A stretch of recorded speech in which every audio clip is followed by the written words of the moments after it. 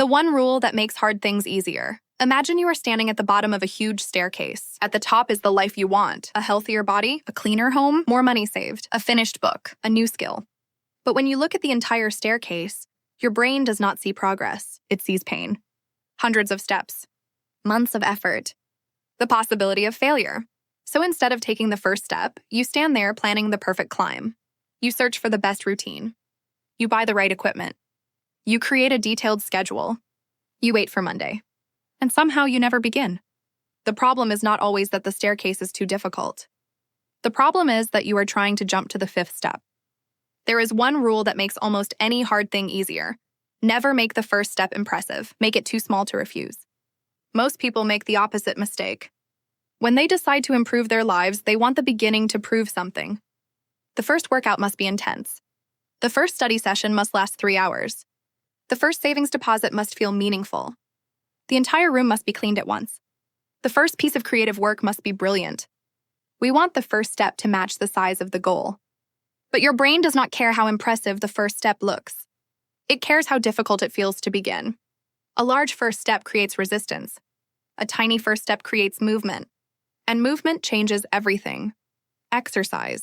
Suppose you decide to start exercising. The usual plan sounds like this.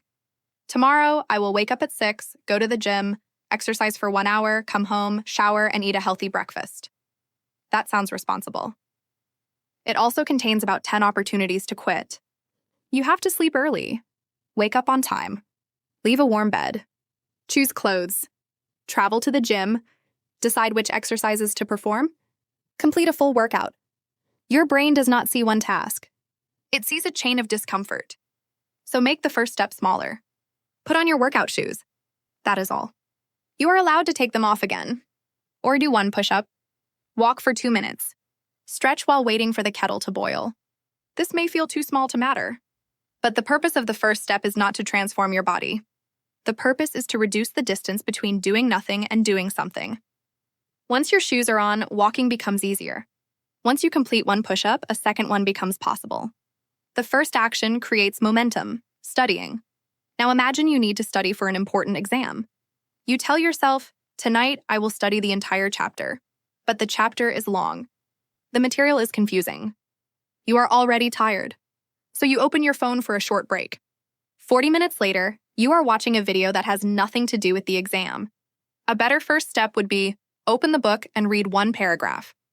Not one chapter, not 10 pages. One paragraph. Or write one question you want the chapter to answer. Or watch the first 3 minutes of the lecture. The goal is not to complete the subject immediately. It is to enter the subject. Starting is often harder than continuing because before you begin, the task exists as a large, uncomfortable idea. Once you begin, it becomes a specific action. You are no longer studying for the exam. You are reading one paragraph. That feels manageable. Saving money. The same rule works with money.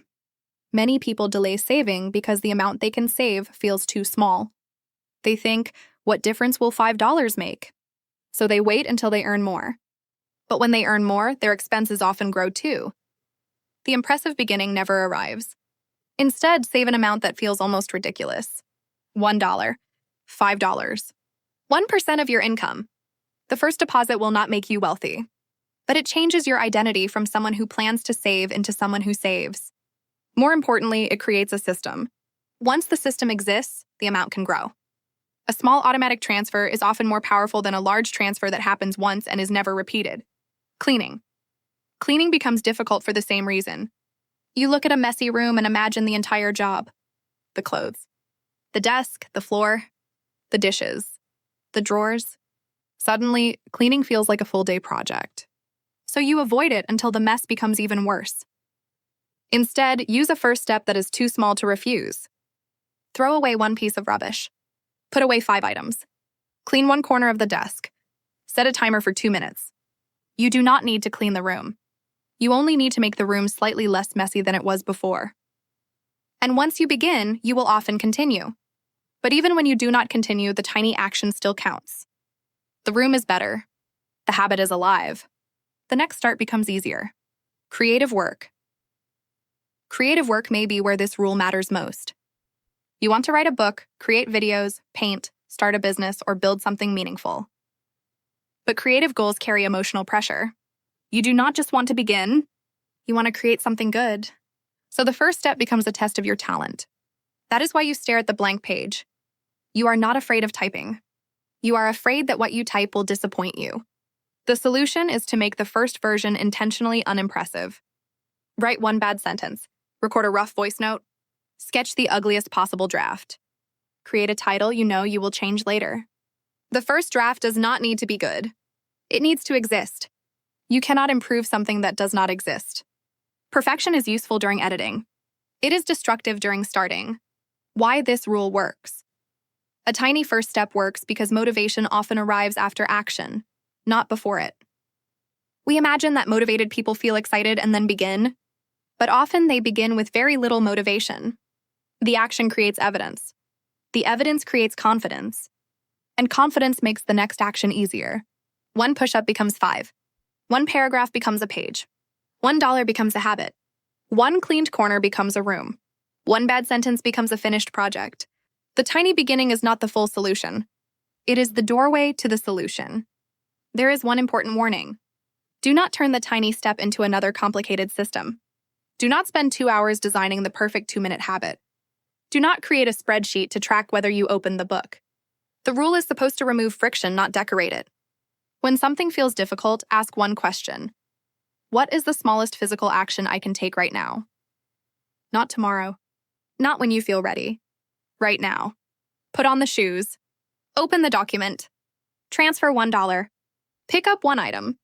Write one sentence. Your first step does not need to impress anyone. It only needs to be small enough that your brain has no reasonable excuse to refuse. Because the people who finish difficult things are not always the people who begin with the most energy. They are often the people who make beginning so easy that they keep doing it. Stop trying to leap up the staircase. Take the smallest step, then take another.